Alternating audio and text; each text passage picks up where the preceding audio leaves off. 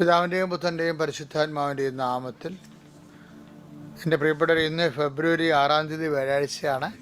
എല്ലാവർക്കും പരിശുദ്ധ കൃപാസ്ഥാന ജീവനുടെ പ്രത്യക്ഷപ്പെട്ട പരിശുദ്ധ അമ്മയുടെ സ്നേഹാഭിവാദനങ്ങൾ. അമ്മയെ പരിശുദ്ധ അമ്മേ, അമ്മേ പരിശുദ്ധ അമ്മേ, ദൈവമാതാവേ, ദൈവമാതാവേ, അന്ന് അങ്ങ് കൃപാസനത്തിൽ പ്രത്യക്ഷപ്പെട്ട് വരാൻ പോകുന്ന മഹാദുരന്തത്തിൽ നിന്ന് രക്ഷപ്പെടാനും എല്ലാവർക്കും വേണ്ടി പ്രാർത്ഥിക്കാനും ആവശ്യപ്പെട്ടിട്ട് 20 വർഷം കഴിഞ്ഞ ഈ വേളയിൽ കൃപാസനത്തിലൂടെ ഞങ്ങൾക്കും ഈ ദേശത്തിനും അങ്ങ് മാധ്യസ്ഥം തേടി തന്ന എല്ലാ അനുഗ്രഹങ്ങൾക്കും കൃപകൾക്കും ഞങ്ങളിപ്പോൾ ഹൃദയം നിറഞ്ഞ നന്ദി പറയുന്നു. അമ്മേ പരിശുദ്ധ അമ്മേ പരിശുദ്ധ സകല പ്രാർത്ഥനയോട് ചേർത്ത് ഞങ്ങളിപ്പോൾ പ്രാർത്ഥിക്കുന്ന ഈ കുടുംബത്തിന്റെ പ്രത്യേക നിയോഗം. സ്വന്തം ആവശ്യങ്ങൾ പറയണ സമയമാണിത്.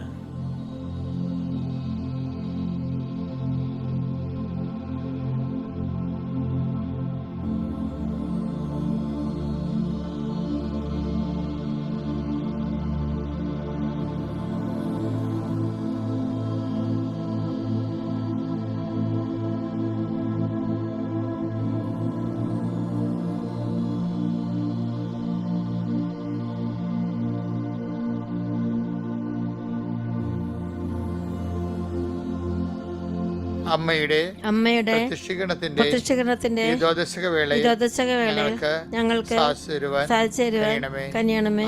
ആമേൻ. വിശ്വാസ പ്രമാണം. സർവശക്തനായ പിതാവും ആകാശത്തിന്റെയും ഭൂമിയുടെയും സൃഷ്ടാവുമായ ദൈവത്തിൽ ഞാൻ വിശ്വസിക്കുന്നു. അവിടുത്തെ ഏകപുത്രനും ഞങ്ങളുടെ കർത്താവുമായ ഈശോ മിശിഹായിലും ഞാൻ വിശ്വസിക്കുന്നു.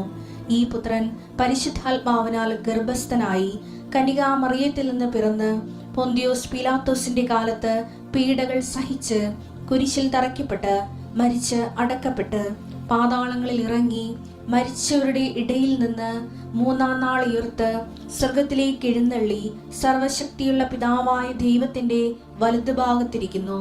അവിടെ നിന്ന് ജീവിക്കുന്നവരെയും മരിച്ചവരെയും വിധിക്കുവാൻ വരുമെന്നും ഞാൻ വിശ്വസിക്കുന്നു.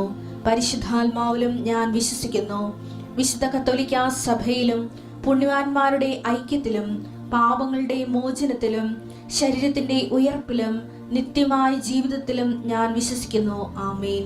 സ്വർഗ്ഗസ്ഥനായ ഞങ്ങളുടെ പിതാവേ, അങ്ങയുടെ നാമം പൂജിതമാകണമേ. അങ്ങയുടെ രാജ്യം വരണമേ. അങ്ങയുടെ തിരുമനസ് സ്വർഗത്തിലെ പോലെ ഭൂമിയിലും ആകണമേ. അന്നു വേണ്ടുന്ന ആഹാരം ഇന്ന് ഞങ്ങൾക്ക് തരണമേ. ഞങ്ങളോട് തെറ്റ് ചെയ്യുന്നവരോട് ഞങ്ങൾ ക്ഷമിക്കുന്നത് പോലെ ഞങ്ങളുടെ തെറ്റുകൾ ഞങ്ങളോടും ക്ഷമിക്കണമേ. ഞങ്ങളെ പ്രലോഭനത്തിൽ ഉൾപ്പെടുത്തരുതേ, തിന്മയിൽ ഞങ്ങൾ രക്ഷിക്കണമേ. ആമേൻ. നന്മ നിറഞ്ഞ മറിയമേ, സ്വസ്തി. കർത്താവ് അങ്ങയുടെ കൂടെ സ്ത്രീകളിൽ അങ്ങ് അനുഗ്രഹിക്കപ്പെട്ടവളാകുന്നു. അങ്ങയുടെ ഉദരത്തിൻ ഫലമായി ഈശോ അനുഗ്രഹിക്കപ്പെട്ടവനാകുന്നു. പരിശുദ്ധ മറിയമേ, തമ്പുരാന്റെ അമ്മേ, പാപികളായ ഞങ്ങൾക്ക് വേണ്ടി ഇപ്പോഴും ഞങ്ങളുടെ മരണസമയത്തും തമ്പുരാനോട് അപേക്ഷിക്കണമേ. ആമേൻ. എൻ്റെ പ്രിയപ്പെട്ടവരെ, ഒത്തിരി പേര്, അതായത് 20,000 പേരാണ് ഒരേ സമയത്ത് ഈ ശുശ്രൂഷ ലൈവായിട്ട് കൂടുന്നത്. 20,000 പേര് കൂടിയാൽ പോരാ, മൊത്തം കൂടെ 1,00,000 പേരാണ് ഇത് കൂടണത്. അപ്പോൾ ഈ 1,00,000 പേരും 5:30 തന്നെ എഴുന്നേക്കാൻ ശ്രദ്ധിക്കണം. അപ്പോഴേ എന്നുവെച്ചാൽ ആ ഒരു ഫ്രഷ് ഹാൻഡോടുകൂടി നമ്മൾ ഒരു പ്രാർത്ഥനയെ കൂടി നമ്മൾക്കൊരു ആ അന്നത്തെ ദിവസത്തിൻ്റെ പ്രത്യേക നിയോഗങ്ങളെ ഓർത്ത് എംപവർ ചെയ്യാൻ കഴിഞ്ഞു, പ്രാർത്ഥിക്കാൻ കഴിഞ്ഞു. പിന്നെ അത് ഷെയർ ചെയ്തൊരു സുവിശേഷ വേലയും കൂടി ചെയ്യണം നമ്മൾ. ഇപ്പോൾ വളരെ നല്ലൊരു ശുശ്രൂഷയാണ്. എല്ലാവരും അത് ശ്രദ്ധിച്ച് വേണ്ട പോലെ ചെയ്യാൻ വേണ്ടി ശ്രദ്ധിക്കണം. എൻ്റെ പ്രിയപ്പെട്ടവരെ, നമ്മൾ പ്രാർത്ഥിക്കാൻ തുടങ്ങുന്നു. അനുദിന അനുഗ്രഹ പ്രാർത്ഥനയുടെ ഭാഗമായിട്ട് ശിരസ് നമിച്ച് ആശീർവാദവും അനുഗ്രഹവും പ്രാപിക്കാം. ഈ ദിവസത്തിൻ്റെ അനുഗ്രഹങ്ങളാണ്. കർത്താവ് നിൻ്റെ വിശുദ്ധ പൗരോഹിത്യത്തെ മഹത്വപ്പെടുത്തണമേ. കർത്താവ് സഭയിലുള്ള സാന്നിധ്യം പ്രകടമാക്കണമേ. എൻ്റെ കർത്താവേ, എല്ലാ വിഷയങ്ങളും ഞങ്ങൾക്ക് ഞങ്ങളുടെ ബുദ്ധി, കഴിവ്, വിദ്യാഭ്യാസം, ആരോഗ്യം, അങ്ങനെയുള്ള ഞങ്ങളുടെ യോഗ്യതകളുടെ അപ്പുറത്ത് നടക്കാത്ത കാര്യങ്ങൾ നടക്കരുതെന്ന്, അതില്ലെങ്കിൽ ഞങ്ങൾ തുരഞ്ഞു പോകണമെന്നല്ല നീ ആഗ്രഹിക്കുന്നത്. നിന്റെ അനന്തമായ സ്നേഹത്താൽ നീ കണ്ടുപിടിച്ച ഒരു ഫോർമുല, സൂത്രവാക്യമാണ് എന്താണ്? Not by merit but by grace. അത് നിൻ്റെ ബുദ്ധിയിൽ നിന്ന് കർത്താവിൻ്റെ ഡിവൈൻ ഇൻ്റലിജൻസിൽ വന്നതാണ്. എന്താണ്? യോഗ്യതയില്ലെങ്കിലും കർത്താവിൻ്റെ ഒരു പ്രൊവിഷൻ ഇട്ടിരിക്കുക സാധ്യത. എന്താണ്? കർത്താവിൻ്റെ കൃപ. കർത്താവ്, ആ കൃപയാൽ ഞങ്ങളെ താങ്ങണമെന്ന് പ്രാർത്ഥിക്കുന്നു ഈശോയെ. ആ കൃപ നീ വഴിയാൽ ഉണ്ടായത് ഞങ്ങൾക്കറിയാം. കൃപയും സത്യവും യേശുക്രിസ്തു വഴി ഉണ്ടായി. മോശ വഴി നിയമങ്ങൾ നൽകപ്പെട്ടു, വചനങ്ങൾ നൽകപ്പെട്ടപ്പോൾ കൃപയും സത്യവും യേശുക്രിസ്തു വഴി ഉണ്ടായി. വെളിപാടിൻ്റെ വചനങ്ങളും അതുപോലെ തന്നെ പിതാവായ ദൈവത്തിൻ്റെ ഹൃദയപ്രസാദമായ കൃപയും ഉണ്ടായത്, പിതാവ് പ്രസാദിച്ചത് യേശുക്രിസ്തുവിൻ്റെ ബലിയിലാണ്. അതുകൊണ്ടാണ് ഇവരെൻ്റെ പ്രിയപുത്രനാകുന്നു, ഇവന് ഞാൻ എത്രയും പ്രസാദിച്ചിരിക്കുന്നു എന്ന് പറഞ്ഞു. അതാണ് കൃപയെന്ന് പറയുന്നത്. ദൈവത്തിൻ്റെ പ്രസാദം. ഞാൻ തിരഞ്ഞെടുത്ത എൻ്റെ ദാസൻ, എൻ്റെ ആത്മാവ് പ്രസാദിച്ച എൻ്റെ പ്രിയപ്പെട്ടവൻ. കർത്താവിൻ്റെ ബലിയിലാണ് പ്രസാദം വരുന്നതും കൃപ വരുന്നത്. അതാണ് കൃപയെന്ന് പറയുന്നത്. അപ്പം ആര് കർത്താവിൻ്റെ ബലിയോട് അനുബന്ധിച്ചുകൊണ്ട് അതിൽ നമ്മുടെ വസ്ത്രങ്ങൾ കഴുകി വെളുപ്പിക്കുന്നു, നമ്മുടെ പാപത്തിന് ക്ഷമ അന്വേഷിക്കുന്നുവോ, ആര് കർത്താവിൻ്റെ ബലിയോട് ഐക്യദാർഢ്യം പുലർത്തിക്കൊണ്ട് തേകോചരമായ സുവിശേഷ സാക്ഷ്യമായിട്ട് ജീവിക്കുന്നുവോ, അവിടെ മേലെല്ലാം ഈ കൃപയുണ്ടാകും. എന്തൊരു വലിയ സന്ദേശമാണ് കർത്താവ് നമുക്ക് നൽകണത്. കർത്താവ് നിൻ്റെ കൃപയാൽ അങ്ങനെ മക്കളെ താങ്ങണമെന്ന് പ്രാർത്ഥിക്കുന്നു. ദൈവത്തിൻ്റെ കരുണ അങ്ങനെ മക്കളുടെ ഹൃദയത്തിലേക്ക് ഒഴുക്കണമെന്ന് പ്രാർത്ഥിക്കുന്നു. കർത്താവ് കുഞ്ഞു പിള്ളേരെ കാണിച്ചു തരുന്നുണ്ട്. ചിലപ്പോൾ അവർ ക്ലാസ്സിൽ പോകാൻ പറ്റാത്ത വിധത്തിലുള്ള രോഗങ്ങളുള്ളവരാകാം. കുഞ്ഞു പിള്ളേരെ കാണിച്ചു തരുന്നുണ്ട്. പ്രത്യേകിച്ച് 4ാം ക്ലാസ് 3ാം ക്ലാസ്സിലെ കുട്ടികളെ ഇപ്പോൾ പരിശുദ്ധാത്മാവ് കാണിച്ചു തരുന്നുണ്ട്. ഞാൻ അവർക്ക് വേണ്ടി പ്രത്യേകം പ്രാർത്ഥിക്കുന്നു. അവിടെ അമ്മമാർക്ക് വേണ്ടി പ്രാർത്ഥിക്കുന്നു. കർത്താവ്, കുഞ്ഞു പിള്ളേരുടെ അമ്മമാർ രോഗികളായിട്ട് ആശുപത്രിയിലുണ്ടെങ്കിൽ തീർച്ചയായിട്ടും ഈശോ ആ അമ്മ എഴുന്നേറ്റ് വന്നിട്ട് വേണമെങ്കിൽ കുഞ്ഞിന് ചോറ് കിട്ടാനും ഭക്ഷണം കൊടുക്കാനും സ്നേഹം കിട്ടാനും അവനെ ശ്രദ്ധിച്ച് ലാളിച്ച് വളർത്തി കൊണ്ടുവരാൻ അമ്മമാരെ എല്ലാവരും നീ ആസ്വദിക്കണം. കർത്താവ്, 10ാം ക്ലാസ്സിന് താഴെയുള്ള അമ്മമാർക്ക് വേണ്ടി ഞാൻ പ്രത്യേകം പ്രാർത്ഥിക്കുന്നു. ആ കുഞ്ഞുങ്ങളെ ഭാവിയുടെ തലമുറ നമ്മുടെ രാജ്യത്തിൻ്റെ ഏറ്റവും വലിയ വാഗ്ദാനവും കുടുംബത്തിൻ്റെ തൂണുമായി വളരേണ്ട കുഞ്ഞുങ്ങൾ, അവർ വാടിപ്പോകാതിരിക്കാൻ അമ്മയുടെയും അപ്പൻ്റെയും കരങ്ങൾ അവർക്ക് വേണം. അത് കർത്താവ്, വിവാഹബന്ധം വേർപെടാൻ പോകുന്ന സ്വന്തം വൈകാരിക ഭ്രാന്തിൻ്റെ പേരിലും അതുപോലെ തന്നെ കുടുംബത്തിൻ്റെ ഉത്തരവാദിത്തങ്ങൾ നിർവഹിക്കാൻ ആവശ്യമായ മാനസിക പക്വതയില്ലാത്തതിൻ്റെ പേരിലും ഭാര്യ ഭർത്താക്കന്മാർ കുഞ്ഞുങ്ങളെ വഴിയാതരാക്കാൻ അകന്നു പോകുന്ന ക്രൂരകൃത്യങ്ങളുണ്ട്. കുഞ്ഞുങ്ങളെ ഇതുപോലെ അവരുടെ ബാല്യത്തെ കൊല ചെയ്യുന്നവർക്ക് മാനസാന്തരം ഉണ്ടാകണം. അവർക്ക് അവരുടെ മാനസാന്തരം ഉണ്ടായ കുഞ്ഞുങ്ങളെ ചേർത്ത് പിടിക്കാൻ വേണ്ടി അല്പം ചില അമ്മമാരോട് പറഞ്ഞിട്ടുണ്ട്. അപ്പന്മാരൊക്കെ ആ മക്കളെ ഓർത്താണെന്ന്.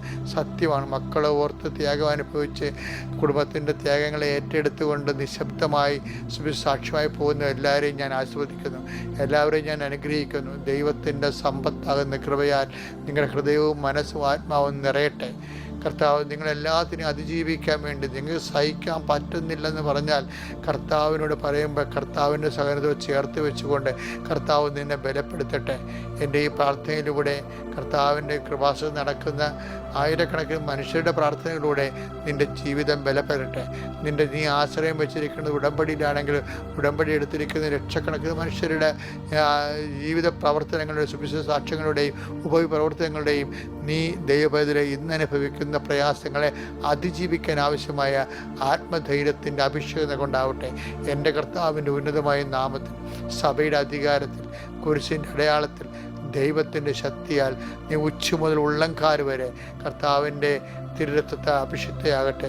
കർത്താവ്, ഏത് മേഖലയാണോ നീ തകർന്നു കിടക്കുന്നത്, ഏത് മേഖലയാണോ നിനക്ക് സഹായം വേണ്ടത്, ഏത് മേഖലയാണോ നിന്നെ ചേർത്ത് നിർത്തേണ്ടത്, ഏത് മേഖലയാണോ നിന്നെ താങ്ങിയെടുക്കേണ്ടത്, ആ മേഖലയിൽ പരിശുദ്ധ അമ്മ ദൈവമാതാവ് യേശുക്രിസ്തുവിൻ്റെ തിരുശരീരം, ചലനമറ്റ തിരുശരീരം പോലും കുരിശിൽ നിന്നെടുത്ത് താങ്ങിയെടുത്ത് മടികിടത്തിയവളുടെ കൈകളിലേക്ക് ഞാൻ നിങ്ങളെ ഏൽപ്പിക്കുന്നു. നിങ്ങൾ ശക്തിപ്പെടുക, നിങ്ങൾ അതിജീവിക്കട്ടെ. കർത്താവിൻ്റെ കൃപ നിങ്ങൾ ആവശ്യിക്കട്ടെ.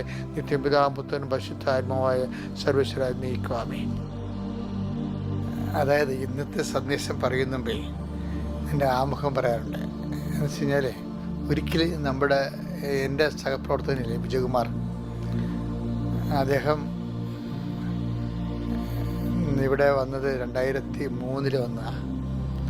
ഇപ്പം ഇപ്പം 2023 കഴിഞ്ഞ് 25 ഇപ്പം 22 കൊല്ലം അദ്ദേഹം വന്നിട്ട്. അപ്പം അദ്ദേഹം ഒരു നല്ല ബിസിനസ്മാനാണ്. പക്ഷെ അദ്ദേഹത്തിന് ഒത്തിരി പ്രതിയോഗികളുണ്ടായിരുന്നു. CBI അന്വേഷണങ്ങൾ വരെ വന്നതാണ്. അപ്പോൾ ഒരിക്കലേ ഞങ്ങൾ കാനഡയിലോ മറ്റേ ചെന്നപ്പോൾ, അവിടെ സുവിശേഷ പേരൊക്കെ ചെന്നപ്പോൾ, അവിടുന്ന് 1-2 പേര് പുള്ളിയോട് ചോദിച്ചേ, അവർ ബിസിനസ്മാരുണ്ടായിരുന്നു അവിടെ, ചോദിച്ചേ, സാറേ ഇത് എങ്ങനെയാണ് സാറേ ഇത് ഈ ബിസിനസ്സും സുവിശേഷ വേലയുമായിട്ട് എങ്ങനെ പൊരുത്തപ്പെടുന്നു ചോദിച്ചു. പുള്ളി ഉദ്ദേശിച്ചത് ബിസിനസ്സിൽ പലതരത്തിലുള്ള സൂത്രപ്പണിയും കള്ളത്തരങ്ങളൊക്കെ ചില ആൾക്കാർ കാണിക്കുമല്ലോ. അപ്പം അത് അനുസരിച്ച് പുള്ളി, അപ്പം അങ്ങേക്ക് കുറച്ച് വചനം അറിയാവുന്ന ആളാണ് ആ ബിസിനസ്മാൻ. അയാൾ പറഞ്ഞ്, ഈ ഒട്ടകം സൂചിക്കുഴയിലൂടെ കിടക്കുന്ന പോലെയാണല്ലോ ധനവാൻ ദൈവരാജ്യത്തിൽ പ്രവേശിക്കുന്നത്. അപ്പോൾ സാറിനത് അറിഞ്ഞുകൊണ്ട് തന്നെയാണ് ഈ സുവിശേഷ വേലയ്ക്ക് ഇറങ്ങിയിരിക്കണം എന്നുള്ളത് വളരെ സ്നേഹത്തോടെ വളരെ അമീക്കബിളായിട്ട് ചോദിച്ചു. പക്ഷെ ഞാനോടത്ത് സാറ് എന്താ മറുപടി എന്ന് പറയുന്നു. അപ്പോൾ സാറ് ഉടനെ പറഞ്ഞ വചനം എന്താണെന്നറിയാമോ? സാറ് എന്നെ ഞെട്ടിച്ച് കളഞ്ഞു. ശരിക്കും പറഞ്ഞാൽ സാറ് പറഞ്ഞ് അതൊക്കെ ശരിയായിരിക്കും, പക്ഷേ നമ്മൾ സൂക്ഷിച്ച ബിസിനസ് ചെയ്യണത്, പക്ഷേ ഇൻ കേസ് അവിടെ എന്തെങ്കിലും ദൈവതിരുസന്നിധിയിൽ ഒരു കുറവ് വന്നു കഴിഞ്ഞാൽ അത് കർത്താവ് തന്നെ നോക്കിക്കൊള്ളുമെന്ന് ഈശോ പറഞ്ഞിട്ടുണ്ടല്ലോ എന്ന് പറഞ്ഞു. അപ്പോൾ ഞാൻ എന്താ സാറ് പറയാൻ പോണത്? സാറ് അവരോട് പറഞ്ഞ മറുപടി ശരിക്കും എന്നെ ഞെട്ടിച്ചു. എന്താ വെച്ചാൽ സാറ് പറഞ്ഞതാണ്, ഇപ്പോൾ ഇൻ കേസ് ദൈവതിരുസന്നിധി നമുക്ക് എന്തെങ്കിലും കുറവുണ്ടെന്ന് ദൈവത്തിന് തോന്നിയാൽ അതിനും പോംവഴിയുണ്ടെന്ന് സാർ പറഞ്ഞു. എന്താ കാര്യം, എന്താ പോംവഴിയുള്ളത്? മത്തായി 19:24 തൊട്ട് ഉള്ള വചനങ്ങൾ പറഞ്ഞു സാറ്. ഈ മത്തായി 19, 24, 25, 26. വീണ്ടും ഞാൻ നിങ്ങളോട് പറയുന്നു, ധനവാൻ സ്വർഗരാജ്യത്തിൽ പ്രവേശിക്കുന്നതിനേക്കാൾ എളുപ്പം ഒട്ടകം സൂചിക്കുഴലിലൂടെ കടക്കുന്നതാണ്. ശിഷ്യന്മാർ ഇത് കേട്ട് വിസ്മയഭരിതരായി അവനോട് ചോദിച്ചു, അങ്ങനെയെങ്കിൽ രക്ഷപ്പെടാൻ ആർക്ക് സാധിക്കും? യേശു അവരെ നോക്കി പറഞ്ഞു, മനുഷ്യർക്ക് ഇത് അസാധ്യമാണ്, എന്നാൽ ദൈവത്തിനെല്ലാം സാധ്യമാണ്. ഇതെന്ത് ഞാൻ ഇത് കേട്ടപ്പോൾ എൻ്റെ മനസ്സിൽ പെട്ടെന്ന് ഉടമ്പടിയാണ് വന്നത്. എന്താ കാര്യം അറിയാം? ഉടമ്പടിയുടെ ബേസ്മെന്റ് എന്താണ്? Not by merit but by grace. In case നമ്മുടെ മെറിറ്റ് ലോസ്റ്റ് ചെയ്ത് കഴിഞ്ഞാൽ അടുത്ത ഓപ്ഷൻ എന്താണ്? അടുത്ത ഓപ്ഷൻ ഗ്രേസ് ആണ്. അതാണ് നമ്മുടെ എഫേസ്യർ 2:8 ആപ്തവാക്യമാകുന്നതിൻ്റെ കാരണം. ഇവിടെ എന്താ പറഞ്ഞിരിക്കുന്നത്? അതായത് മനുഷ്യർക്ക് ഇത് അസാധ്യമാണ്, പക്ഷേ ദൈവത്തിനെല്ലാം സാധ്യമാണ്. മനുഷ്യർക്ക് യോഗ്യതയില്ലെങ്കിലും ദൈവത്തിന് എല്ലാം സാധ്യമാണ്. ബട്ട് ബൈ ഗ്രേസ്, അതായത് കൃപ കൊണ്ട് ഒരു വ്യക്തിക്ക് സ്വർഗരാജ്യത്തിൽ പ്രവേശിക്കാൻ കഴിയുമെന്ന് ഈശോ പറഞ്ഞത്. കൃപ എവിടെ നിന്ന് കിട്ടും? ദൈവത്തിൽ നിന്നല്ല കിട്ടേണ്ടത്. അപ്പം ദൈവം എടുക്കേണ്ട, പക്ഷെ നമുക്ക് കൃപയോട് സഹകരിക്കാൻ പറ്റും. നമ്മുടെ കൂദാശ ജീവിതവും ആധ്യാത്മിക ജീവിതവും സുവിശേഷ മുന്നേറ്റവും അതുപോലെയുള്ള എല്ലാ കാര്യവും ദൈവത്തിൻ്റെ കൃപയോട് സഹകരിക്കലാണ്. അപ്പം കൃപയോട് നമുക്ക് സഹകരിക്കാൻ പറ്റും. അപ്പം ദൈവത്തിന് എല്ലാം സാധ്യമാണെന്ന്.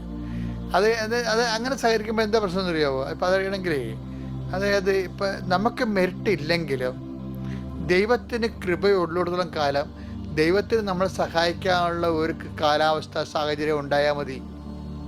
ഈ സാഹചര്യം ക്രിയേറ്റ് ചെയ്യുന്നതാണ് നമ്മുടെ ബുദ്ധി എന്ന് പറയുന്നത്. അപ്പോൾ ഇത്രയും സീരിയസ് ആണ് ആധ്യാത്മിക ജീവിതം.